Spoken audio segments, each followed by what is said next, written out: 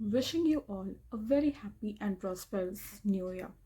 May your all dreams come true this year and you all achieve whatever you want to achieve in your lives. Hello everyone, this is Vinamrita and I welcome you all to my channel Learn and Upturn. In my today's video, I will talk about my personal journey. This video is going to be slightly different kind of video. आज की इस video में मैं आपको बताऊंगी कि how B Ed helps me in shaping my career, shaping my future and how I became teacher with the help of course B Ed. इस video में मैं आपको वो सारी चीज़ें बताने की कोशिश करूँगी कि बी एड करने के कारण मुझे जॉब कैसे ईजिली मिली। मेरी जो फर्स्ट जॉब थी आफ्टर बी एड वो कैसे मिली मुझे, और सिंस मैंने बीएड कर रखा था, बीएड के पहले मैंने मास्टर्स भी कर रखा था, तो मुझे क्या क्या बेनिफिट्स हुए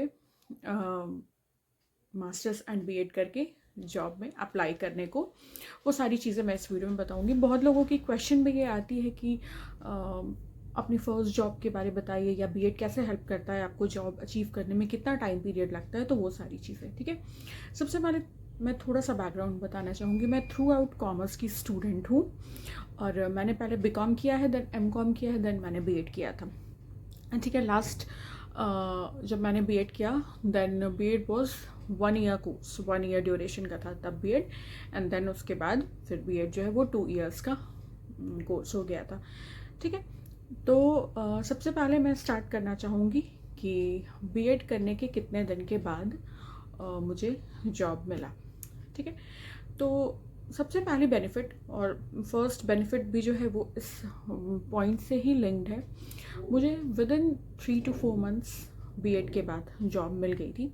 सबसे पहली बेनिफिट तो ये होती है कि बीएड में टीचिंग प्रैक्टिस के दौरान आप जिस स्कूल में जाते हैं वहाँ अगर आपने बहुत अच्छे से पढ़ाया, या वहाँ के जो आपको सब्जेक्ट मिला था उसमें आपका कमांड बहुत अच्छा है, इस टीचिंग प्रैक्टिस के पीरियड के दौरान आपने अपने हेजिटेशन को कम किया है, अपने नॉलेज को अपग्रेड किया है, या आपकी जो टीचिंग की जो मेथड्स हैं, जो स्ट्रैटेजीज़ हैं, या स्टूडेंट से कनेक्ट करने का जो तरीका है, या ओवरऑल जो हर स्कूल का एक प्रोसेस होता है, एक एनवायरनमेंट होता है, एक तरीका होता है जिस फ्रेमवर्क में पूरा स्कूल वर्क करता है, वो अगर आप उसमें बहुत अच्छे से इन्वॉल्व हो गए हैं और आप सबके साथ एज अ टीम मेट बहुत अच्छा काम कर रहे हैं, तो बहुत बार ऐसा होता है कि बीएड जब आपका बीएड का कोर्स ख़त्म हो जाएगा देन सेम स्कूल वाले जहाँ पे आपने इंटर्नशिप किया है, जहाँ पे अपनी टीचिंग प्रैक्टिस किया है, वो वापस से आपको उसी स्कूल में बुलाते हैं ज्वाइन करने के लिए एज अ टीचर, जहाँ पर आपको सीवी एंड रिज्यूमे सबमिट करना पड़ता है, आपको अपना बीएड का मार्कशीट सबमिट करना होता है, एंड देन अगेन आपका फिर से डेमो होता है, इंटरव्यू, जो भी उनका प्रोसेस हो, रिटन एग्ज़ाम, डेमो, इंटरव्यू जो भी होता है, उसके बाद आपका स्कूल में सिलेक्शन हो जाता है because of your good impression जो आपने इंटर्नशिप के दौरान वहाँ पे पुट ऑन किया। एंड अगर आप में इम्प्रोवाइजेशन दिखता है वहाँ के टीचर्स को, जो हेड हैं, जो प्रिंसिपल हैं, आप मैनर्ड हैं, वेल बिहेव्ड हैं, कोड ऑफ कंडक्ट फॉलो करते हैं, तो ये सारी चीज़ें आपको जॉब देने में बहुत ज़्यादा हेल्प करती हैं। मुझे भी इस चीज़ से बहुत ज़्यादा हेल्प हुआ। मैंने वहाँ भी पढ़ाया है जहाँ मैंने इंटर्नशिप किया था, तो चूँकि ये सारी चीज़ों ने मुझे बहुत हेल्प आउट किया था और एक अच्छा टर्म्स भी था, तो इस वजह से मुझे फर्स्ट जॉब मिलने में बहुत ज़्यादा टाइम नहीं लगा। विद इन 3 to 4 मंथ्स मैंने फर्स्ट स्कूल ज्वाइन कर लिया था आफ्टर बीएड कोर्स। सेकेंड बात मैं करूँगी कि improvisation, see no one of us is a perfectionist and never compare your journey with others. ठीक है, इवन इफ अगर आप स्टार्टिंग से होम ट्यूशन्स देते हैं, पढ़ाते हैं, that is a very different story. Home tuitions देना, ट्यूशन्स में पढ़ाना, एंड एक प्लेटफॉर्म पे खड़े होकर पढ़ाना जहाँ पर क्लास की स्ट्रेंथ 50 to 60 to 70 स्टूडेंट्स है, वहाँ पढ़ाना, एंड ट्यूशन्स पे आप अपने अकॉर्डिंग पढ़ा सकते हैं, बट क्लास में आपको चैप्टर वाइज स्टूडेंट्स के अकॉर्डिंग, सिलेबस के अकॉर्डिंग बहुत सारी चीज़ें देखते हुए पढ़ानी पड़ती हैं। तो अगर आप स्टार्टिंग से ही एक्सपेक्ट करके जाएंगे कि आप ट्यूशन में पढ़ाते हैं तो आप वहाँ पे भी परफेक्शनिस्ट हैं, this is a wrong mindset. आपकी कोशिश बस इतनी होनी चाहिए कि आप अपना बेस्ट दें एंड इम्प्रोवाइज़ करें, ट्राई टू लर्न करने से कभी भी हेजिटेट ना करें। तो मेरे साथ भी ये था कि मैं होम ट्यूशन्स बहुत ज़्यादा देती थी। मैंने क्लास 11th एंड 12th से ही होम ट्यूशन्स देना शुरू किया था, तो मुझे पढ़ाने वाली हेजिटेशन एज सच कुछ बहुत ज़्यादा नहीं थी। बट यस, जब आप डिफरेंट स्टूडेंट्स से डिफरेंट एटमॉस्फेयर में या डिफरेंट वर्क कल्चर में जाके काम करते हो तो वहाँ आपको थोड़ा सा प्रॉब्लम होता है। And B Ed helps me a lot before my pre career. जब मैंने यहाँ पर पढ़ाया इंटर्नशिप में, तो मैंने बहुत सारी चीज़ें यहाँ पर जो मेरे रिपोर्टिंग टीचर थे जिनको मैं रिपोर्ट करती थी उनसे मैंने लर्न किया कि how to be patient with problematic students, how to be patient with slow learning students, and how to cope up with the pace of individual difference. बहुत सारी चीज़ें मैंने यहाँ से सीखी कि आपको अपना टेम्पर लूज़ नहीं करना है, आपको पेशेंटली पढ़ाना है। अगर स्टूडेंट्स स्लो लर्नर्स हैं तो आपको उनके पेस के अकॉर्डिंग चलना है, एंड आपको लैंग्वेज भी स्टूडेंट्स के अकॉर्डिंग यूज़ करना है। लाइक जिस क्लास में आप जा रहे हैं उस क्लास में किस तरह का लैंग्वेज स्टूडेंट्स के द्वारा समझा जाता है, वो ज़्यादा एडवांस लेवल ऑफ चीज़ें। अगर आप देखिए, सबसे पहले आपको बेसिक्स समझाना है, बेसिक्स के बाद आप एडवांस लेवल में जा सकते हैं। अगर आपका बेसिक्स समझाने में ही सिलेबस निकल जाता है तो आपको बेसिक्स पे ही फोकस करने की ज़रूरत है, बिकॉज एग्ज़ाम उनको नॉर्मली बेसिक्स का देना है। बट येस, अगर स्टूडेंट्स का लेवल थोड़ा एडवांस्ड है तो आप बेसिक के बाद एडवांस नॉलेज भी उनको दे सकते हैं। तो ये सारी चीज़ें आपको बहुत हेल्प करती हैं आगे की करियर में। ठीक है, इंटर्नशिप के दौरान भी कई बार होता है कि आपकी जो हेजिटेशन होती है, मैंने आपको बताया, वो ख़त्म हो जाता है। पढ़ाने का तरीका आपको बेसिकली आ जाता है कि आपको आगे चल के कैसे पढ़ाना है। बहुत सारी चीज़ें आपको समझ में आ जाती हैं कि 35 मिनट्स या 45 मिनट्स के क्लास में आपको कितना सिलेबस कवर करना है। लेसन प्लान के बारे में आपको बहुत सारी चीज़ें समझ में आ जाती हैं। टीचिंग एड्स आपको समझ में आ जाती है कि किस चैप्टर से रिलेटेड क्या टीचिंग एड्स बनेंगे।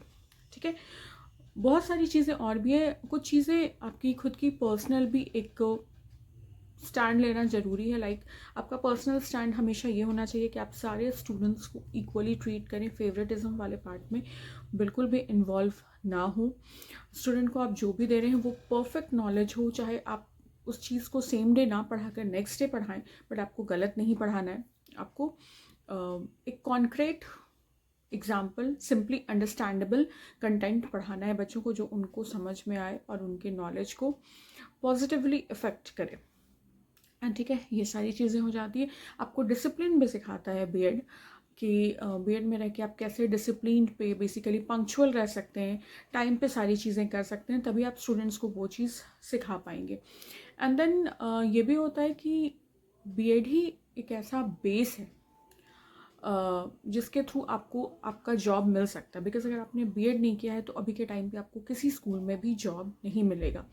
आइदर प्राइवेट स्कूल और गवर्नमेंट स्कूल वाले भी आप एग्ज़ाम में नहीं बैठ पाएंगे। ठीक है, ये सारी चीज़ें होती हैं। और बीएड में टीचिंग, आई वुड से कि माय केस में टीचिंग वाला जो पार्ट था वो बिल्कुल सही था, बिकॉज मुझे एक्सपीरियंस थी पढ़ाने की कि सिलेबस को कितने टाइम में कंप्लीट करना है। एक दिन में बच्चों को उतना ही पढ़ाना है जितना उन्हें समझ आए, एक्स्ट्रा स्पून फीडिंग नहीं करनी है। ये सारी चीज़ें मुझे पता था। What I learned in course BEd कि starting from entering the premises आपको चीज़ों को कैसे मैनेज करना है। जैसे उससे पहले मैंने कभी अटेंडेंस नहीं लिया था, असेंबली कंडक्ट नहीं करा था मैंने बीएड से पहले कभी, और बहुत सारी जैसे सेमिनार्स हो गए, काउंसलिंग हो गए, ये सारी चीज़ों में मैंने पार्ट नहीं लिया था। क्वेश्चन सेट करना होता है आपको, लेसन प्लान बनाना होता है, टीचिंग एड्स बनाने होते हैं, टीचिंग मेथड्स होते हैं। देखिए, हम लोग जिस मेथड से पढ़ाते हैं एंड क्लास टू क्लास जो teaching strategies and methods vary करते हैं, वो बहुत इम्पैक्ट डालता है एक प्रोडक्टिव क्लासरूम इन्वायरमेंट बिल्ड करने में। ठीक है, तो ये सारी चीज़ें बहुत ज़्यादा मैंने सीखी जब मैंने बीएड की कोर्स करी। एंड देन उसके बाद जब मैंने as a career teaching join की, तो ये सारे जो छोटे छोटे क्वालिटीज़ मेरे अंदर इनकलकेट किए गए थे बीएड में, ये मैंने अपने करियर में डाला, जिसके कारण मैंने काफ़ी अच्छा परफॉर्म किया अपने इन टीचिंग के करियर में। एंड उस चीज़ के लिए बहुत अप्रिशिएशन भी मिलती है, and you feel good when you are appreciated. तो ये सारी चीज़ें बहुत ज़्यादा हेल्प करती है। तो जिन लोगों के माइंड में भी ये होता है कि बीएड जस्ट अ कोर्स है, एक पेपर डिग्री है, ऐसा बिल्कुल भी नहीं है। You will learn a lot from this course. इसमें आपको टीममेट वाली भी फीलिंग आती है कि साथ में एक साथ मिलके कैसे काम करना है एज अ टीम, कैसे साथ में लेकर चलना है लोगों को. स्टूडेंट्स के अंदर भी आप ये सारी चीज़ें बिल्डअप करते हैं. और जहाँ तक जॉब मिलने की बात है, ये person to person in general differ करता है. देखिए, वैकेंसीज़ भी बहुत मैटर करती हैं. आप जिस सिटी में रहते हैं वहाँ पे कैसे स्कूल्स हैं, स्कूल्स की क्या सैलरीज़ है, क्या वर्क स्ट्रक्चर है, कब वो वैकेंसीज़ निकालते हैं, बहुत सारी चीज़ें मैटर करती हैं. तो इसका मतलब ये बिल्कुल नहीं है कि जिन्हें पहले जॉब लगा वो ज़्यादा टैलेंटेड है, ऐसा बिल्कुल भी नहीं. It's all about situation and where you are living, what is your subject. ये सारी चीज़ें बहुत ज़्यादा मैटर करती हैं. तो विद इन 3 to 4 months मैंने ऑब्वियसली आगे बहुत सारी जॉब स्विच भी करी. स्टार्टिंग में बीएड के बाद 3 months के बाद 3.5 months के बाद मैंने सेम स्कूल में एज अ टीचर ज्वाइन किया. And my first salary was INR 18,000, that is 18,000. And उसके बाद जैसे जैसे आपको एक्सपीरियंस होता जाएगा, आपकी जो सैलरी स्ट्रक्चर है वो इंक्रीज़ करते जाएगी, आपकी इंक्रीमेंट होते जाएगी. तो ये कुछ चीज़ें थी जो मैंने बीएड के कोर्स में सीखी हैं, which is patience, continuous learning, discipline, teaching methods, teaching strategies, पूरे स्कूल एनवायरनमेंट के प्रोसेस को समझना, और स्टूडेंट्स के बीच में कंपैरिजन नहीं करना, प्रॉब्लमेटिक स्टूडेंट्स को हैंडल कैसे करना है, फेवरेटिज्म वाले पार्ट में बिल्कुल भी पार्टिसिपेट नहीं करना. ये सारी चीज़ें, बहुत सारी चीज़ें हैं जो मैंने बीएड के कोर्स से सीख कर आगे उसको कैरी फॉरवर्ड किया है अपनी टीचिंग करियर में. एंड डेफिनेटली अगर आप बीएड कर रहे हैं तो बहुत सारी क्वालिटीज़ आप भी सीख पाएंगे. ठीक है. So that's all about my teaching journey which is inspired from my B Ed internship. Alright. तो अगर आपको सिमिलरली किसी टॉपिक पे वीडियो चाहिए या किसी भी टॉपिक पे वीडियो चाहिए तो आप मुझे कमेंट सेक्शन में बता सकते हैं. मैं डेफिनेटली उस टॉपिक पे वीडियो बनाऊंगी और आपकी सारी क्वेरीज को सॉल्व करने की कोशिश करूंगी. If you find this video helpful and informative, kindly subscribe to my channel, Learn and Upturn. Also like, comment and share on my video.